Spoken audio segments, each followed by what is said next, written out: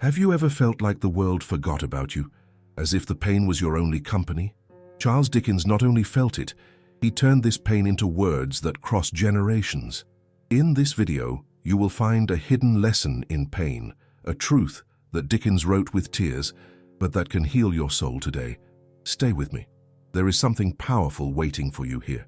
If this message already touches your heart, write, "Even in pain I choose redemption," and subscribe to the channel to continue receiving reflections that transform. Before being recognized as one of the greatest writers in history, Charles Dickens was just a child marked by invisible, deep, silent scars. At 12, he met a world that many children should never know, the world of neglect, loneliness, and injustice. While other children attended schools or played in daylight, Dickens was handed over to a dirty warehouse, crowded with grease jars and heavy odors. There was no room for dreams, only for repetitive work, for injured hands, for abandonment. His father, arrested for debt, could not protect him. Society did not embrace him, and the systems that should take care of the fragiles launched him into the cold current of survival. Charles didn't have to defend him. It was left, forgotten, ignored, but the pain that could destroy it was also the ground in which its sensitivity was born. And perhaps there is the lesson that can change our lives today, because there are pains that seem too unfair, too lonely, too cruel. And when lived by a child, these pains gain an almost unbearable weight. However, Dickens did not become cynical. He did not allow his pain to transform him into stone. On the contrary, he absorbed everything, the silent screams, the indifferent eyes, the sharp words, and made it seed. Each contained tear became ink. Each injustice suffered has become a character, and each silence imposed became a voice. The big turn was not when he started writing. It was long before. That's when he decided to observe, feel, and never forget. That's when he chose to turn his pain into redemption, not just for himself, but for all the forgotten in the world. His literature was not born of glory but of suffering. It was not a gift offered in a golden cradle, but a response to an iron and dust childhood. Today you may also feel forgotten in some dark corner of life. Perhaps their pains are ignored, their unnoticed effort, their invisible existence, but there is something about you that can flourish, even on the most arid terrain, because Dickens's story teaches us that pain doesn't have to be the end. It can be the beginning of a silent, deep, and powerful transformation. The forgotten boy's pain was not in vain. She lit a flame, and this flame to this day illuminates lives, including yours. There are times in life when pain becomes the only company, and injustice, silent, cruel, and constant, is the only one who remains as a witness to our day. Charles Dickens lived this before he could appoint what he felt. No authority came to his defense. No friend extended his hand. No voice raised himself against the absurdity of seeing a child torn from his childhood and thrown into the weight of the adult world. All he had was a deafening silence, where pain was the only real presence. That boy, dirty with grease and tired of carrying boxes, saw the people passing. They looked, but they didn't see. They judged, but they didn't know. Society had sentenced him to oblivion, and the system had condemned him without process. How many live like this today?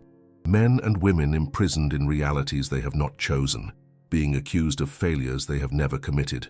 Persons invisible to the eyes of the world, but deeply marked by pain that only God knows. Dickens, still so young, understood that there are suffering that makes no noise. These are pains that do not bleed outside, but bleed inside. These are injustices that do not print headlines, but destroy hopes in silence. And it is in this silence that the strongest are shaped, not for pride, but for survival. Not by choice, but by necessity. Because when there is no one who defends you, you learn to get up alone. When there is no one who console you, you learn to turn tears into strength. And when the only witness to your suffering is pain itself, you understand that there is a hidden dignity even in abandonment. Dickens never forgot these days. They became the invisible foundation of his work. Each wronged character, every orphan, every forgotten soul he wrote, was an echo of what he himself lived. He did not romanticize suffering. He translated him. He turned his past into a written cry, a scream for those who had no voice yet. And us? What do we do with the injustices we live in? Maybe no one has seen what they did to you. Perhaps his screams were ignored, his misrepresented truths, his silenced story. But you are still here, and only the fact that it remains is, by itself, a form of resistance. There is a force that is born in the invisible, a courage that springs when everything seems lost. Dickens understood that the strongest are not those who win with applause. They are those who resist silently, when the only witness to their pain is the pain itself. They are the ones who go walking, even when the world pretends to be that they do not exist. They are those who write their own story, not ink, but with scars. And these stories, one day, will be light for others who also walk in darkness. There are arrests that have no bars but still keep us captive. Charles Dickens learned this very early, when he saw his world crumble without warning. His father, taken to jail because of debt, not only lost his freedom, dragged him the whole family to a hole of shame, instability, and abandonment. The law of the time was brutal. Who could not pay was deprived of dignity, and the children, even innocent, paid the price in silence. In the eyes of a boy, the world has become a grey, insecure place. Dickens saw the father figure be torn from his life, not for a crime of evil, but for a common mistake of so many: financial fragility. His family was shattered, launched in a raw state of survival. Stability became a dream, and the dream became a burden. It was as if suddenly he had been locked in an invisible cell from which he could not escape, a prison that was not on the walls, but in his mother's sad eyes, the broken silence of the house on the adult tasks imposed on her. But the worst prison was not the jail where his father was, it was the arrest within him. The arrest of knowing that, even though it is only a child, the world has seen it as a number, a hindrance, a problem to be solved. Dickens tried the absolute helplessness. No one would rescue him, no one would return his stolen days, and that is precisely where your soul began to scream, not with words of anger, but with the strength of those who decide to survive even in the rubble. Many of us are like this, living in cells that no one sees: emotional, family, financial arrests, relationships that suffocate us, past that condemn us, systems that crush us. External freedom does not always mean internal liberation. There are people smiling on the streets, but moaning inside. There are those who sleep in comfortable beds, but wake up attached to fear, pain, emptiness. And there are those who, like Dickens, learn to dream even when everything around seemed to implode. Dickens chose to pity as his way of breaking the walls. He wrote because he needed to breathe. He dreamed because the real world gave him no space. His texts were born from this urgency, this invisible confinement. Each story was a protest, each character an appeal, each page a brick torn from the inner prison. His greatness is to remember that we do not always have control over what imprisons us, but we can always choose what we do within this prison. We can bitter, or we can transform. We can give in to hopelessness, or we can write, even with tears. Because writing here does not only mean putting words on paper, it means building meaning where everything seems like chaos. It means creating beauty in the midst of despair. It means dreaming of windows where there are only walls. Dickens never broke free from some pains, but he used them as keys, chaves that opened doors for others to leave too. And perhaps this is your greatest inheritance, to show that even in a BAP prison, it is still possible to light a light. When everything seemed lost, Charles Dickens discovered a silent but powerful weapon: the word. There was no armies. He didn't wield swords. He did not command crowds with shouts or decrees. But he had something even more sharply: the ability to translate human pain into stories that bleed true. While the world despised the miserable, he placed them in the center of the narrative. While the powerful wrote laws, Dickens wrote lives. And in each line, he not only denounced the world, he also healed. The word was its bridge over the abyss of stolen childhood, unlisted humiliation, social invisibility. In writing, he did not escape pain. He faced her with the strength of those who knew her deeply, not in a theoretical way, but with a marked soul. He understood the orphans, the hungry, the oppressed, because it had been all of them. And so their stories were not just fiction, they were portraits, mirrors of injustice, living testimonies. In a society that pushed the fragile to the dark corners, Dickens pointed to the spotlight.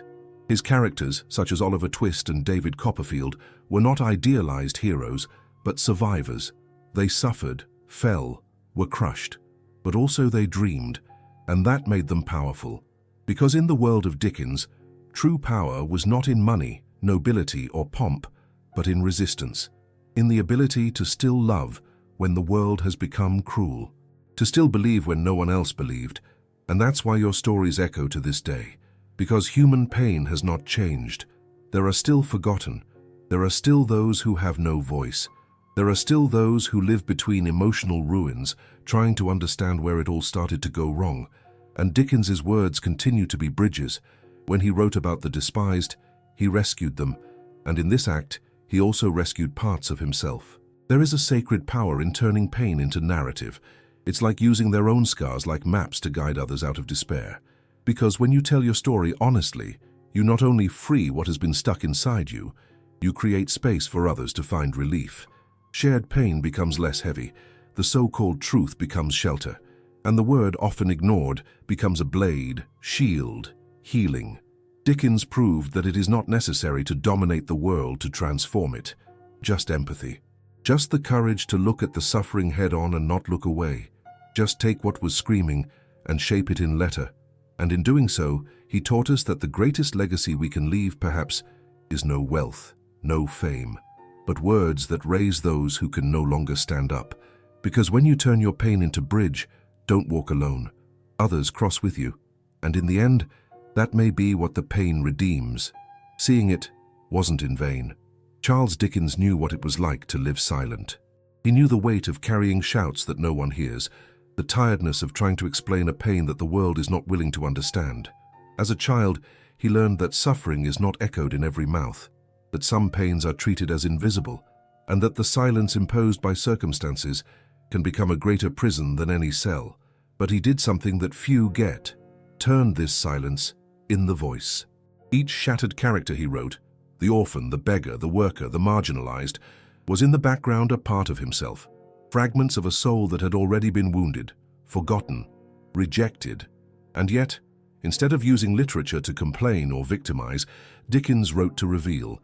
His words did not come from a desire for revenge, but of justice. He did not write to move, he wrote to wake up. Each page was a hidden cry, a call to humanity, an appeal to the sleeping conscience of a blind society. This is why your work is still alive, because he didn't just talk about fictitious characters, he spoke of all of us. He talked about those who are silent, of those who are ignored, those who scream in silence in the corridors of schools, in the alleys of the cities, within the seemingly perfect houses. Dickens reminds us that there is a lot of pain hidden behind forced smiles, clean clothes, rehearsed words, and that behind the hardness of many hearts there are unplaced stories. But he did not stop in the lament. He chose to report. He didn't shout angrily. He wrote with authority. He did not beg for compassion, demanded justice. His silence, transformed into a word, has become a tool of redemption. And when giving voice to the forgotten, he also found his own. How many of us carry this same silence? How many times do we feel to speak is useless, that no one will understand, that it is better to swallow the pain than to risk indifference? And yet, there is something inside that insists on not dying. A shy voice, yes, but live. A spark that resists even in the darkness. Dickens teaches us that this voice needs to be heard, even if it is written, even if it is sung, whispered, drawn, or cried. But you need to leave. Because when the pain finds a way out, it is no longer poison and begins to become a cure for yourself and others. The true strength is not in an invulnerable. It is in transforming its own vulnerability into ponte, in making pain a road so that others find shelter. Dickens did that. He dug into his own silence and took from there a voice that echoes to this day. A voice that does not require perfection, but asks justice.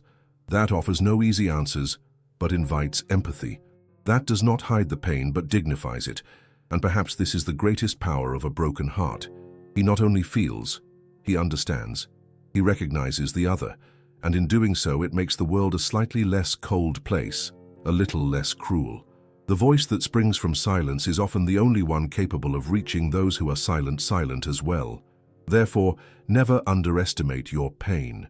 It may be exactly what someone needs to hear, not to give up. Redemption. A small word, but it carries the weight of all who have fallen and dare to lift. Charles Dickens knew that better than anyone. His life, marked by early pains, public humiliations, and nights of loneliness, did not end where he began. And not because he erased what he lived, but because he decided to give another meaning to what injured him. Redemption is not pretending that pain has never existed, is to choose not to allow it to define your destination.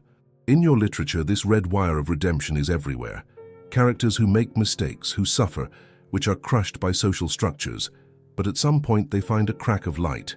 Not a magical light, which turns off the mistakes with a snap of fingers, but a light achieved with sweat, repentance, struggle, and transformation. Dickens believed that everyone deserves a second chance, and his work was the stage where it became possible. But this belief was not a theory. It was a direct answer to the past itself. Dickens did not deny his painful childhood. He did not hide the shame he felt seeing his father stuck, nor the trauma of being left in a dark and fetid warehouse while still a boy. On the contrary, he wrote from that. He lived every pain to the end, and then wrote it so that others could also find relief. He did not rewrite the beginning of his story, but change the end. And that is what makes your message so powerful to us today, because we all have past we would like to erase, words we said, situations that hurt us, people we lost, moments when we were not strong enough. But the past is not a prison, it is a land. And while we can't plant again from the beginning, we can still choose what is born from now on. The seed of redemption is planted when you decide that the pain you lived will not be the end of your story. Redemption is transformation. That's when what has destroyed you yesterday becomes what you build today. It is when the tear spilled in silence turns into compassion for those who still cry. That's when failure is no longer ashamed and becomes wisdom. And that's when you realize that you don't have to remain the same version of yourself that has been shaped by pain. Dickens shows us this with courage. He did not escape his shadows, he described them. He did not ignore his trauma, he put them in light. And in doing so, he showed the world that even suffering can be redeemed, that no story is lost, that no one is beyond hope. Maybe today you are looking at your life and thinking it's too late, that the damage was too big, that what was broken will never be restored. But Dickens responds with the testimony of his own trajectory. You don't have to change the beginning, but it can change the end. You can choose a new course. You can take the pieces and build something unexpectedly beautiful. Because redemption, this theme that never dies, is not just for the characters of the books, it's for me. It's for you. And it starts just as we decided to write a new chapter. In Charles Dickens's literature, there is a silent and powerful movement to reverse the look of the world. In their stories, the poor are not just secondary figures or tragic shadows of society. They are the center, light, resistance. While the palaces house cold, mocking, and spiritually blind characters, the alleys, the orphanages, and the factories hide the true jewels of humanity. Dickens saw what many refuse to see, that the true nobility is not in the surname, but in the soul. He lived among the poor. He breathed the dust of the streets, saw the despair in the eyes of the workers, felt the helplessness of those who had nothing and still followed. He did not write about poverty from afar. He knew her inside. And so when he spoke of the humble, he spoke with reverence. The poor for Dickens was the incarnation of silent dignity, the love that resists pain, the hope that insists even when everything falls apart. While the rich of their stories used to be caricatures of selfishness and coldness, such as the misrepresentative Scrooge, which only meets humanity after being confronted with the loneliness of his soul, the poor were portrayed as the true bearers of empathy. Those dirty, malicious, hungry figures carried within themselves a gold that was not seen, the gold of compassion, courage, truth. They were the ones who, even with nothing, shared the little they had, who, even without hope, comforted others, who, even forgotten, kept believing.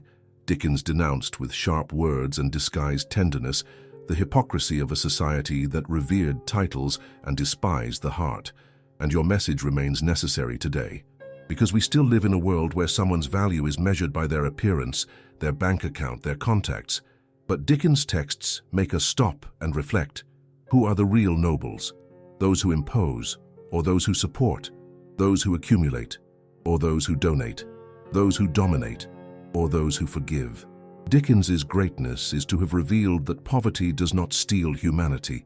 It often reveals it. The suffering cut, the lack teaches, The pain transforms.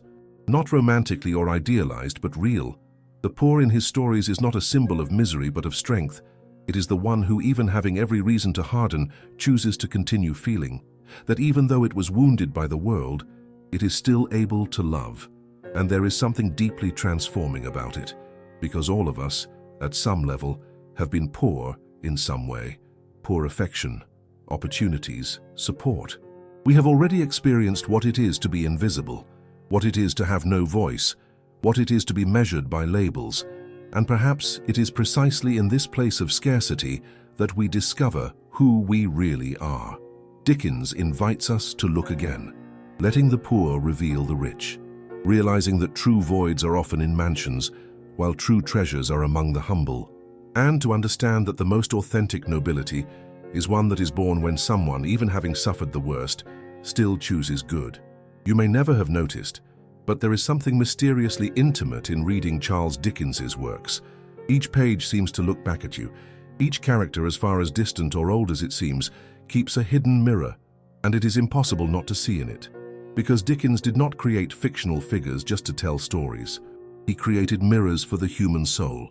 Who has never been at some point like Oliver Twist, not just for hunger for food, but for begging affection, attention, belonging? Oliver is the child inside us who just wanted to be seen. That, even being pushed to the bank, still dare to ask, "Please, can I have a little more?" Not of soup, but of love, care, kindness. Oliver is not just an orphaned boy. He is the embodiment of the emotional lack that everyone one day has already felt. And Ebenezer Scrooge, the old and bitter old who changed love for control, who froze his heart so as not to suffer anymore.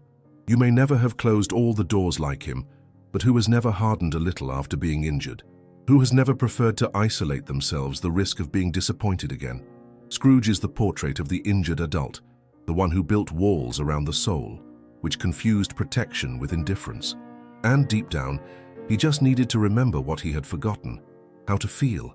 David Copperfield, in turn, is the existential wanderer, he who tries to understand his place in the world, his identity, his origin. He represents the search that inhabits so many of us. Who am I when I am not what others expect? Who am I out of the pain that shaped me? His journey is those who want to find meaning in the midst of chaos, a guiding thread amid so many losses. Dickens, when creating these characters, didn't get them out of nowhere. He shaped them with pieces of himself and pieces of us.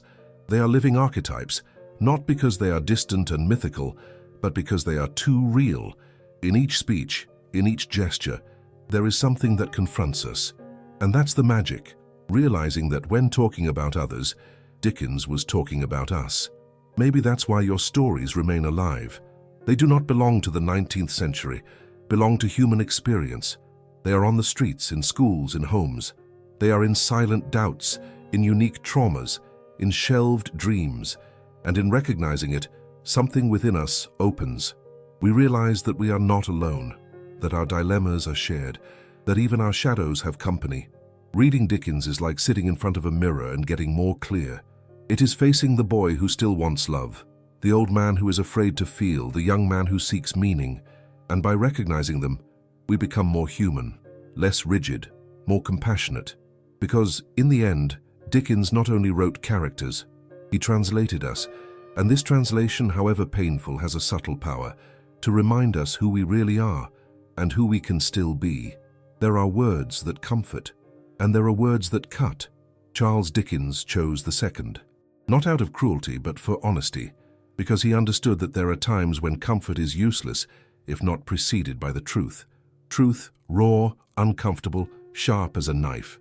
And that is what he offered to the world, a literature that does not caress us, exposes us, that not anesthesia, confronts us.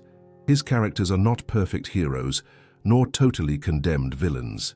They are human beings, real, dirty pain, stained with choices, crossed by doubts. They make mistakes, they lie, they run away, but they also love, fall on their knees, change. And it is in this human contradiction that Dickens throws his blade, not to hurt, but to cut what is necrotic, which prevents the soul from breathing. He writes as who tears veils, as who says, "Look, see what you have become, and see who you can still be." because there is something deeply liberating to be confronted with the truth. It's uncomfortable, yes, sometimes humiliating, but it is the first step of healing. And Dickens does not save us from this way. He rubs his hypocrisy in the face of society, points the finger to the indifference of the rich, reveals the coldness of the institutions, but it also forces us to look inside and face our own masks, those we use to look strong, right, untouchable, when we are actually falling into pieces inside. It shows that suffering can deform us, but it does not have to corrupt us, that it is possible to have been broken and yet choose to be whole. That character is not born of the absence of pain, but the way we decided to react to it, and that often the greatest courage is not in facing the world, but in facing itself, in admitting, I failed, I hardened, I got lost, and yet decide to go back. Dickens's texts are merciless mirrors, but they are also invitations to the restart. He does not accuse us to condemn us, confronts us to awaken us, as a surgeon who hurts to save, like a mother who screams to protect, as a prophet who cries out in the desert. Your words cut, yes, but what they cut is what kills us slowly. Apathy, pride, the self, pride. And that's why your books don't pass, because they are not just beautiful stories, they are appeals to consciousness. These are questions that echo in the mind even after the last page. They are punched in closed doors inside us. And each harsh phrase is actually a chance, the chance to reevaluate, to undress the masks, to choose a real way. In the end, Dickens shows us that there is something more noble than it seems righteous. It is being, even after being crushed, even when no one else expects anything from you, even when everything in you says it's no longer worth it. He believes that dignity is not lost, just fall asleep, and that with courage it can be awakened, because the truth, when it dictates with love, does not destroy, free. And this truth, no matter how much cut, is also what's sowing in the inside. Charles Dickens did not write from the calm. He did not build his work on easy victories or golden childhoods. Everything he offered us in the form of compassion, denunciation, redemption, before, was born of the darkness that almost swallowed him.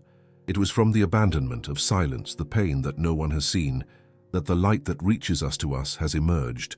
And this is one of the greatest lessons of your life, that darkness is not the end, but the place where the real light learns to shine. When we look at your career, it is impossible to separate the author from the injured boy. The talent that enchanted the world was shaped in suffering. The empathy that touched hearts was forged in solitude. Dickens did not learn about injustice in books. He lived her in the body, in the soul, on long days of child labor, on the silent nights where he expected something that never came, protection, affection, meaning. But unlike so many who succumb to darkness, he made it raw material, did not deny his pain, did not hide them. He didn't pretend it was strong when it wasn't. On the contrary, plunged into them. He looked at his own misery facing. And it was in this gesture, brave, almost insane, that the light began to be born. Because the light is not invented, it is. She digs. She chooses herself. And Dickens chose to shine, even when it all said he should erase. Each act of compassion in his books is an echo of abandonment he has suffered.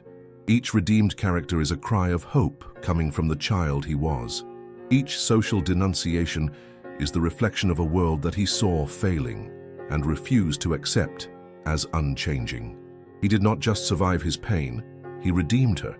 And this is the difference between living as a victim and living as a witness to overcoming. Maybe you know this darkness. Maybe you have passed her, or is in her now. A phase in which everything seems meaningless, where the days are only repetitions of emptiness, where the soul shuts down and the world seems to follow without you. And maybe ask yourself if this will ever be value, if one day this pain will serve something. If it is possible to be born light from such a dark place, Dickens responds with his own life. Yes, it is possible. The most intense light is one who knows darkness well. It is not the one that denies suffering, but the one that crosses it, and when it comes to the other side, carries with it a glow that does not go out. The light that is born of pain is different. She is neither noisy nor artificial. She is firm, humble. You know what it costs to shine. And so it shines to guide, not to show off. Your biggest legacy may be exactly where it hurts the most today, True compassion is born of lived suffering. Genuine wisdom comes from the surpassed error. The deepest empathy springs from the soul that bled, but chose to heal. Dickens turned his headlight pane, and now it's your turn. You don't have to understand everything now. You don't have to pretend it's okay. You just have to remember that darkness doesn't have the final word. Because sometimes what today seems to be the end, it is just the beginning of what will be your biggest contribution to the world. There are pains that seem to have been born to never leave. There are wounds that refuse to heal, no matter how long it passes. And there are injustices so deep that they freeze the soul, making it difficult even to get out of bed. Charles Dickens knew this place well. He lived humiliation, abandonment, rejection. And it would have been easy to spend a lifetime pointing fingers, blaming the father, society, the system, the luck, and perhaps he was right. But he chose another way, that of redemption, and not as a distant destination, but as a daily decision. Redemption is not magical. It is choice. It is the courageous act of each morning to get up and decide, I will not be defined by what they did to me. It is not pretending that there was no pain. It is to look at her with respect and yet say, you don't send me anymore. Dickens could have lived bitter. It could have replicated the abandonment it suffered, could have used his pain to justify his hatred, but he used it as fuel, made her letter, made her work, made her bridge so that others cross their own abysses. And that's where the true transformation happens. It's not when the world changes. It's when you change your way of responding to it.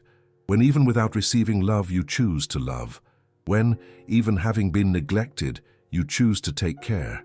When, even having been silenced, you choose to give voice to others. Dickens did not wait for justice to act with justice. He was fair even though he was wronged. And perhaps this is the purest expression of redemption, not allowing yesterday's darkness to turn off its light today. You can continue to blame the world. It can justify your coldness, your tiredness, your discouragement for the marks it carries. And no one would have the right to condemn you for it.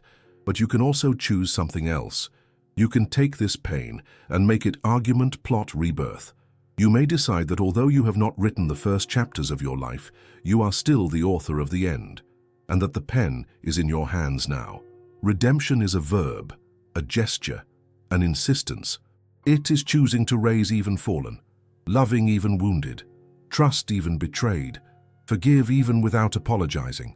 It is the hardest struggle that someone can wage, because it is against oneself, against the urge to repeat, to hide, to punish the world for being punished.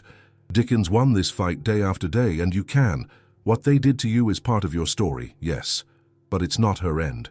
You can remain attached to this, or you can, like Dickens, start a new page, one that does not erase what was lived, but gives him a new meaning, a page where you not only survive but flourish, where not only resists but transforms, where finally you reconcile with your own past and make it a firm floor on which to build something bigger. Because redemption is not a miracle that happens in an instant. It is a path that you choose to go every day. Close your eyes for a moment. Take a deep breath. Listen to what comes from within. Perhaps the sound is still tired. Perhaps your soul carries heavy silences, invisible marks that insist on remembering that the world has not always been fair to you. Maybe you have collected defeats, losses, bad nights, non-spoken words, but now it's time to declare something new. Aloud or just in the heart, say firmly, I choose redemption. You don't have to feel that you are ready. No need to understand everything, just need to choose. Because yes, the pain may have shaped you, but it doesn't define the end. The pain taught, hurt, broke you in parts. But now you have a chance to collect these shards and build something that never existed before, something more beautiful, truer, more yours. Injustice may have been the prologue of your life, but it is not the epilogue. And that's what Dickens shouts with every story. The story doesn't end where the pain begins. She can and must be rewritten.